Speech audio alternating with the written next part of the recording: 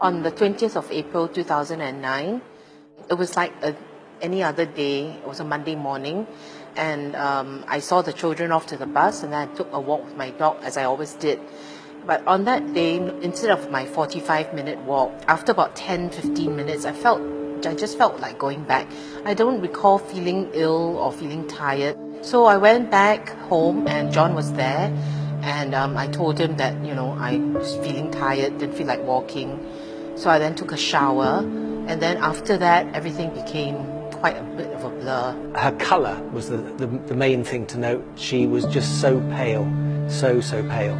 So I was getting more and more concerned as time went by, and it was just a question of monitoring her. I then said to her that I was going to call an ambulance because things really did start to look like they were going downhill. Now, this was at 8:30 in the morning, 8 o'clock, 8:30 in the morning. The ambulance arrived 5 minutes later. It was unbelievably quick. They looked at her. They were very concerned by her because she was out. She was slurring her words. Things weren't going well. I think they thought it might have been a stroke or something like that was happening.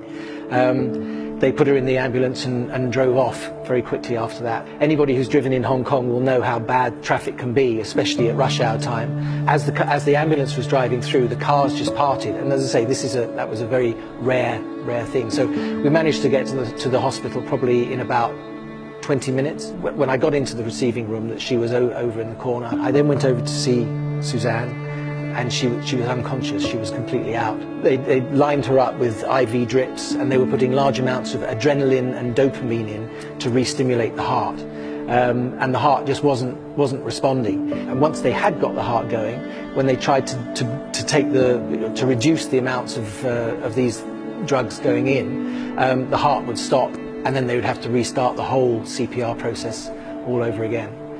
And so I decided to call home to Singapore, as it were. I called Alan and told him the bad news, what had gone on.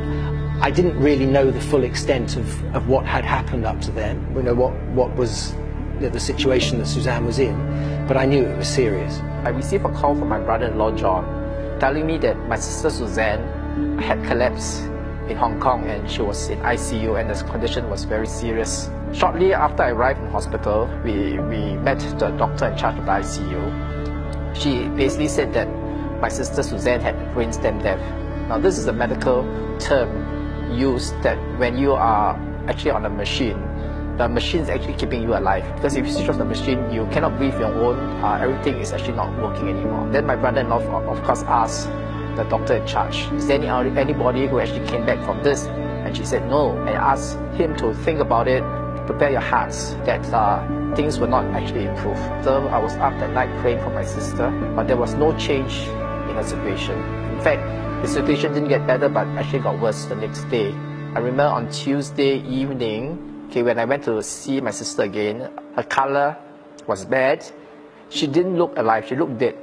She not only looked dead, but she showed a smell of death over her. I was praying that evening, and I asked God to give me a word about what's going to happen to my sister Suzanne. I asked him, will my sister come back alive? I asked him, yes. That had a lot of peace over it. So to me, that was a yes, that she would actually come back alive.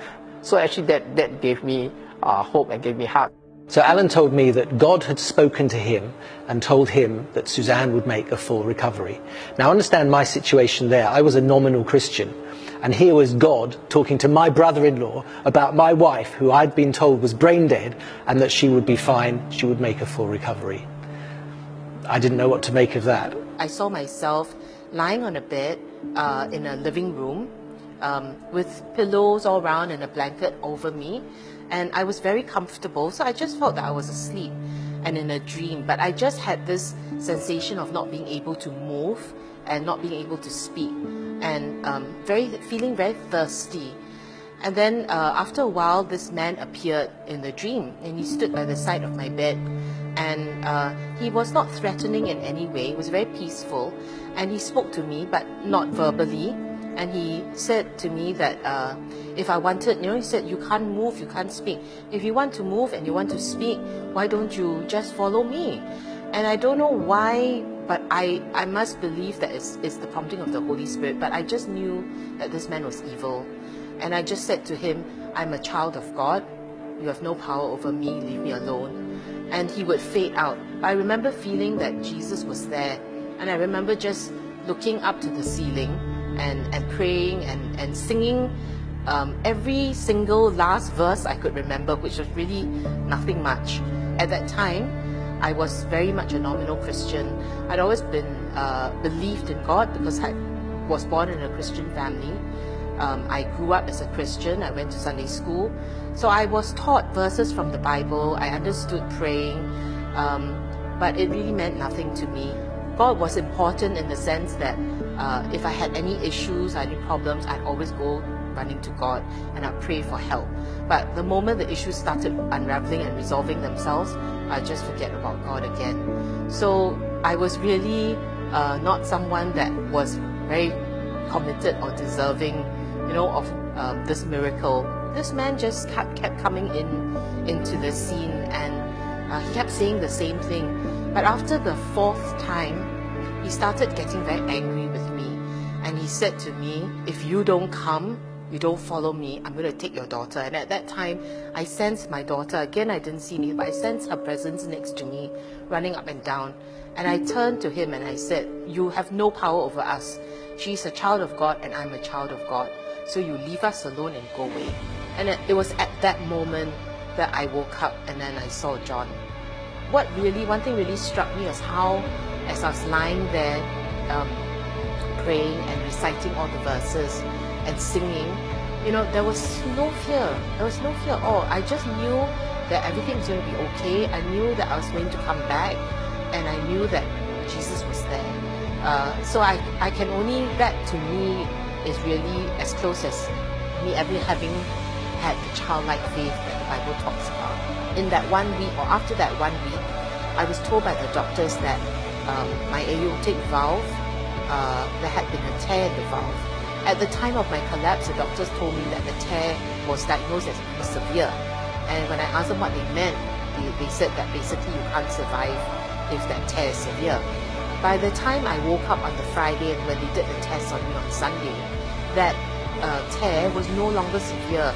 They then diagnosed it as being mild, moderate and mild.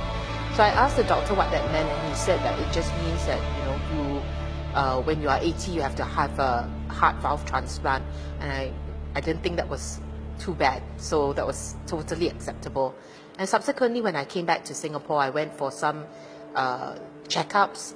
And the cardiologist, when he looked at everything, he said everything's fine. And I said to him, what about the tear? And he said, oh, tear? What tear? So he couldn't detect the tear anymore. So I believe that God has completely healed me.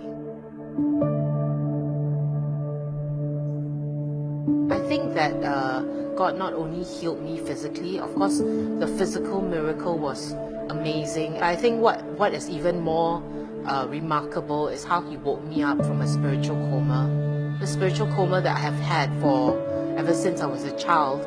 And he's just put in my heart this desire to learn about him, to walk with him. And he's really just helped me understand. It was as if I had these scales over my eyes before, and those scales have just fallen off. And it wasn't instantaneous, but I believe that God just I walked with him and he led me through a journey. And it was not until April of the following year that I realized that I really may not have accepted Christ into my life. That I had, maybe I had believed in him, but I had never invited him. So it was in April of 2010 that I decided that I would accept him in my life. And it's just been a journey after that. It's remarkable to me is how God's hand was in everything. If I had not come back from my walk after 10 minutes, I don't know what would have happened. If John had not called the ambulance and the ambulance hadn't come so quickly, and the cars, having partable like the Red Sea, and then with the doctors resuscitating me for 90 minutes instead of the usual half-an-hour protocol, I really don't know where I would be. And I truly believe that God was watching over me on that day, and it was because of that I'm here.